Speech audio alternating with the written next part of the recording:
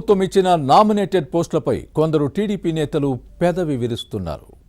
Assembly ఎన్నికల్లో సీట్లు త్యాగం చేసిన లీడర్లు రాష్ట్ర స్థాయి కార్పొరేషన్ చైర్మన్ పోస్టులు ఆశిస్తే పార్టీ నాయకత్వం జిల్లా పోస్టులతో సరిపెట్టింది. దీంతో ఇచ్చిన పదవులతో సర్దుకుపోవాలని కొందరు నేతల అనుచరులు సూచిస్తూ ఉంటే అదేం పోస్ట్ అని అసంతృప్తి వ్యక్తం చేసేవారు లేకపోలేదు. ఉమ్మడి విజయనగరం జిల్లాలో ఇప్పుడు ఇదే పరిస్థితి ఉంది. ఇంతకీ సంతృప్తిగా ఉన్న నేతలెవరు, అసంతృప్తి వ్యక్తం చేస్తున్నదెవరు? టికెట్లు ఆశించి భంగపడిన వారికి ఇచ్చిన పదవులేంటి?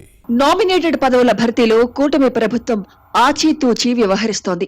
ఈ విషయంలో తప్పటడుగులు వేస్తోందన్న విమర్శలు ఉన్నాయి. నచ్చిన పదవి రాకపోయినా వచ్చిన దాంతో సర్దుకుపోవడం మంచిదని కొందరు నేతల అనుచరులు సూచిస్తున్నారు.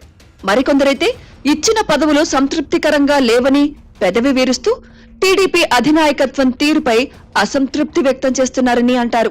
అసెంబ్లీ ఎన్నికల్లో టికెట్లు ఆశించి భంగపడిన నేతలు రాష్ట్ర స్థాయి కార్పొరేషన్ చైర్మన్ పదవులు ఆశించారు.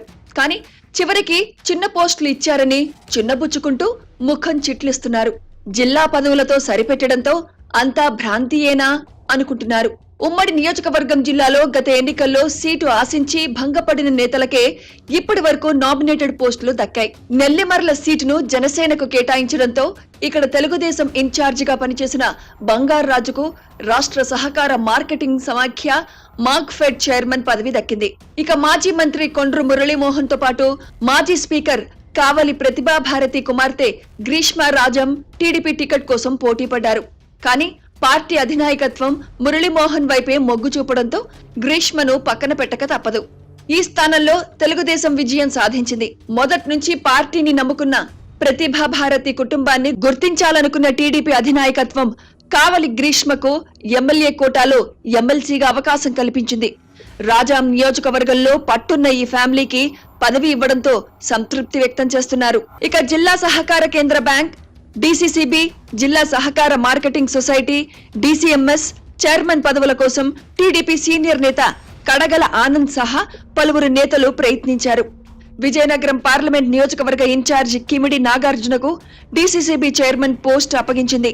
వాస్తవానికి గత ఎన్నికల్లో చీపురపల్లి నియోజకవర్గం నుంచి కిమిడి నాగార్జున పోటీ చేస్తారని అధినేత చంద్రబాబు నాయుడు ప్రకటించారు. కానీ పలు రాజకీయ సమీకరణలతో మాజీ మంత్రి కిమిడి కళా వెంకట్రావుకు తెలుగుదేశం టికెట్ ఇచ్చారు.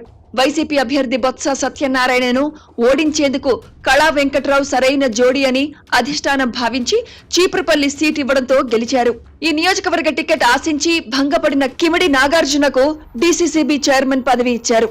దీంతో యువనేత అనుచరుల ఆనందానికి అవధుల్లేవు.